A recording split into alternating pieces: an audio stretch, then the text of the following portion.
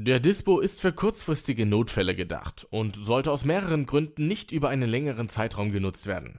In diesem Video zeigen wir dir, was die Gründe sind, wie du wieder aus dem Dispo rauskommst und worauf du dabei unbedingt achten musst.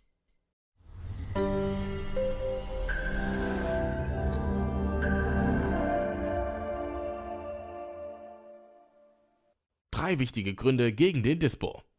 Erstens, der Dispo ist sehr teuer. Die Zinsen für die Nutzung sind sehr hoch. Die meisten Banken berechnen hier einen zweistelligen Zins per annum.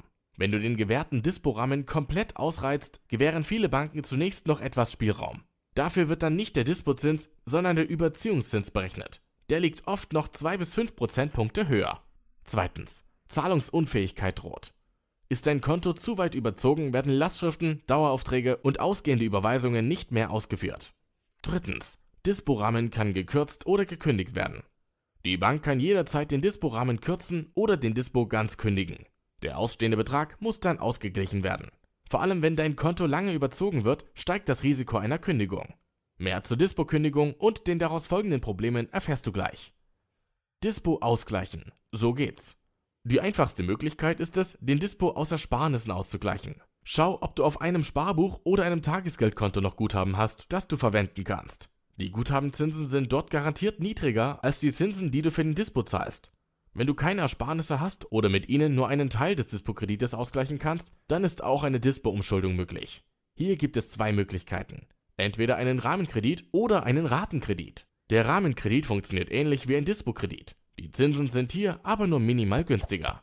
Es gibt sogar Banken, deren Dispozins geringer ist als der Rahmenkredite. Oft wird eine monatliche Mindesttilgung festgelegt. Er eignet sich eigentlich nur, wenn der Dispozins deiner Bank sehr hoch und der genutzte Dispo-Rahmen zu gering ist, um einen Ratenkredit zu bekommen. Ein Ratenkredit zur Umschuldung lohnt sich hinsichtlich der Ersparung an Zinsen deutlich mehr, erfordert aber eine Kreditsumme von mindestens 1.000 Euro. Je nach Bonität kannst du hier bis zur Hälfte der Zinsen einsparen. Das Beispiel in der Tabelle zeigte eine mögliche Einsparung bei Dispo-Schulden in Höhe von 4.000 Euro bei einer Rückzahlung in 2 Jahren.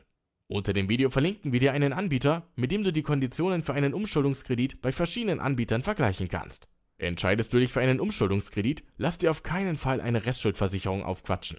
Da die Versicherungsprämie nämlich auf die Nettokreditsumme aufgeschlagen wird, zahlst du sie über die Kreditlaufzeit in Monatsraten mit zurück, sodass dafür sogar Zinsen berechnet werden. Die Restschuldversicherung verteuert den Kredit nur unnötig. Bei der Höhe der Kreditsumme solltest du einen kleinen Puffer einplanen, damit du für die erste Rate nicht gleich wieder ins Minus rutschst. Wann kann die Bank den Dispo kündigen?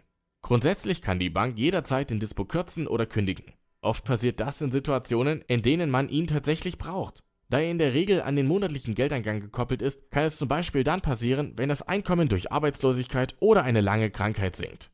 Normalerweise bekommst du eine Frist, bis zu der du deine Dispo-Schulden ausgleichen musst. Die Bank kann aber auch fristlos kürzen oder kündigen. Wenn das passiert, vereinbare eine Rückführung von der Bank. Die Konditionen sind zwar verhandelbar, ein günstiger Ratenkredit von einer Online-Bank ist aber in den meisten Fällen deutlich günstiger. Hat die Bank deinen Dispo gekündigt, verschlechtert das deine Bonität. So wird es schwieriger, einen günstigen Ratenkredit zur Umschuldung zu bekommen. Es lohnt sich also, der Bank zuvorzukommen und so früh wie möglich den Dispo-Kredit umzuschulden. Der Ratenkredit ist dabei die beste Wahl. Du bekommst hier günstigere Zinsen und die Vertragslaufzeit ist, im Gegensatz zum Dispo und zum Rahmenkredit, festgelegt. Dispo gekündigt. Was tun? Wenn die Bank deinen Dispo kündigt, darf sie alle Geldeingänge auf dem Girokonto mit den Dispo-Schulden verrechnen.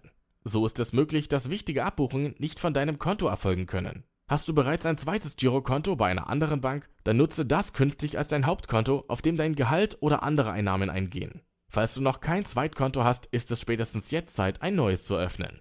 Beachte aber auch hier, dass es aufgrund der verschlechterten Bonität möglich ist, dass du kein normales Konto mehr bekommst, sondern nur ein Basiskonto. Ein geeignetes Zweitkonto verlinken wir dir auch unter dem Video. Hat dir das Video gefallen, dann lass uns doch einen Like da. Wir würden uns sehr freuen. Und wenn du noch Fragen zum Thema hast, dann schreib uns gerne in den Kommentaren. Wir beantworten sie gern. Vielen Dank fürs Zuschauen und bis bald.